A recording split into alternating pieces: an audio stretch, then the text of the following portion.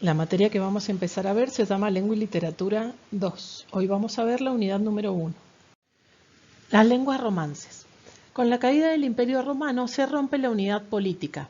Los pueblos se aíslan y en cada uno de ellos el idioma se va desarrollando y transformando de diversas maneras, lo que da origen a las denominadas lenguas romances o neolatinas, que al originarse en el latín se hallan naturalmente hermanadas, aunque con matices propios.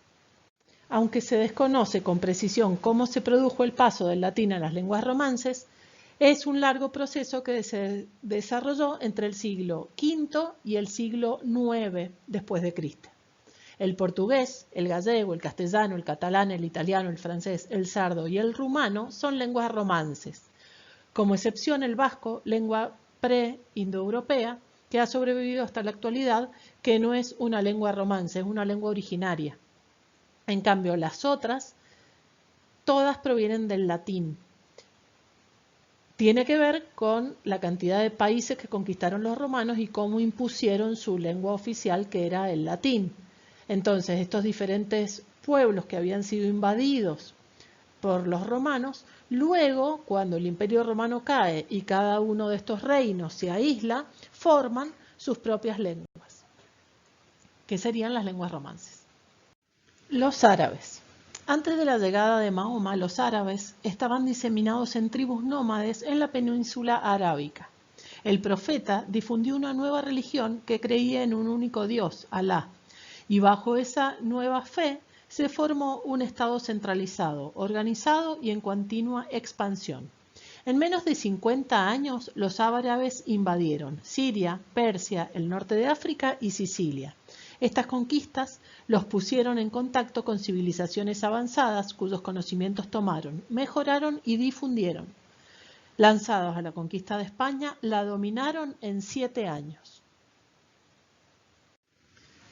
Los árabes se mezclaron con la sociedad conquistada al casarse con mujeres hispanogodas e iniciaron un periodo de tolerancia religiosa que llevó a compartir cargos y responsabilidades a musulmanes, cristianos y judíos que convivían pacíficamente durante los 8 siglos que duró la dominación. Córdoba fue su capital, embellecieron las ciudades con monumentos e impulsaron el desarrollo de las letras y la filosofía. Eran amantes de las ciencias y de las artes. Los califas disfrutaban de la música, la poesía y mantuvieron grandes bibliotecas que funcionaron como centros de estudio y debate para la comunidad artística y científica de la época. Lo interesante que hacen los árabes en la península hispánica o en España es que, más allá que los dominan, no intentan imponer su cultura sobre la cultura de los españoles, sino que intentan convivir de la mejor manera posible.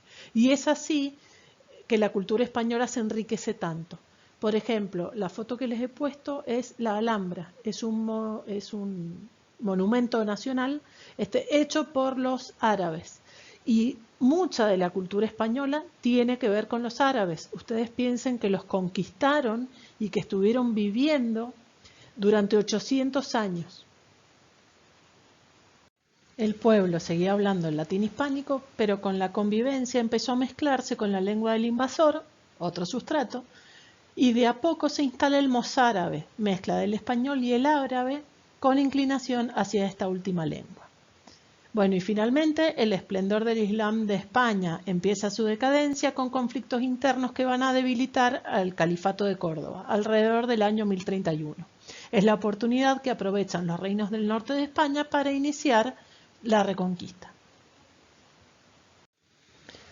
Los dos reinos cristianos más poderosos eran el de Castilla y el de Aragón. El reino de Castilla había avanzado hacia el sur y se enfrentaba a los moros. Por su parte, el territorio de Aragón había sido ganado a los musulmanes en el siglo VIII y eran un poderoso imperio.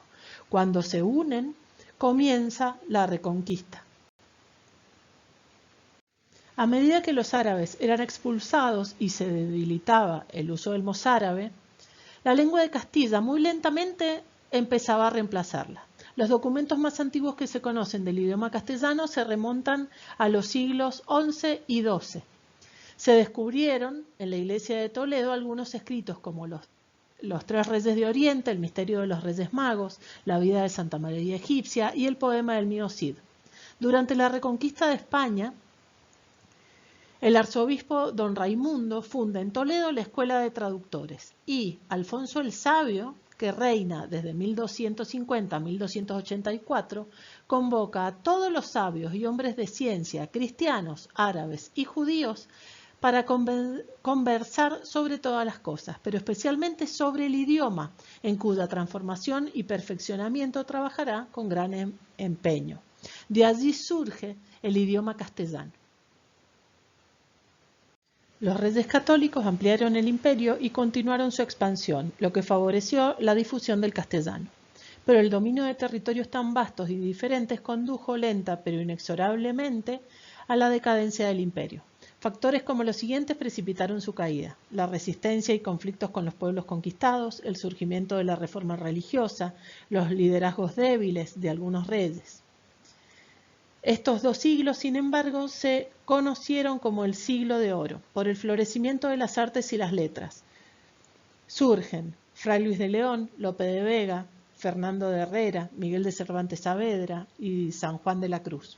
Se traducen a otros idiomas y de ese modo se difunden los hispanismos. En 1492, los reyes católicos, o sea, los súbditos de los reyes católicos llegan a América. Recuerden que Cristóbal Colón era italiano, pero llega a América financiado por los reyes de España. Y en la conquista, entre comillas, de América, lo que hacen es no solamente imponer su religión, sus costumbres y demás, sino también imponer su lengua, en este caso el castellano. Entonces, los que llegan a América y se establecen en ella eran en su mayoría hidalgos. ¿Qué significa esto? Hombres de poca fortuna, pero pertenecientes a la nobleza. Pero también venían con ellos capitanes, escuderos, personas con diferentes oficios, mujeres, funcionarios reales, médicos, botánicos, etc., que introdujeron una lengua popular, el castellano, propia de su cotidianidad. Los españoles llegan a América para someter a los nativos. Además, vienen con religiosos. Con el propósito claro de evangelización, llegan más tarde los clérigos. Conscientes de que la violencia no era la manera de difundir el cristianismo y preocupados por relacionarse con los nativos, muchos aprenden sus lenguas. Pero esta política de aprender las lenguas naturales de América para evangelizar fue especialmente promovida por los jesuitas. Pero esto no está bien visto por España, cuyas autoridades en América presionaban para imponer la lengua española. Cuando los jesuitas son expulsados definitivamente de América en 1767, se dicta la cédula de Aranjuez, por la que se resuelve que el territorio americano conquistado por la corona española solo debe hablarse el castellano. De esta manera, y tristemente, la mayoría de los pueblos originarios pierde su idioma nativo.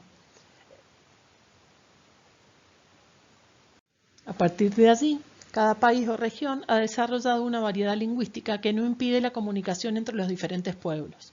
Por otra parte, la Real Academia Española, fundada en 1713, y las academias de los distintos países americanos fijan la correcta ortografía y uso del idioma, con actualizaciones periódicas que recogen las modificaciones que el habla de los pueblos introduce en la lengua y que reflejan su realidad. Recuerden, cada territorio, por ejemplo de América hispana, habla el idioma castellano, pero cada región tiene su propia forma de hablar.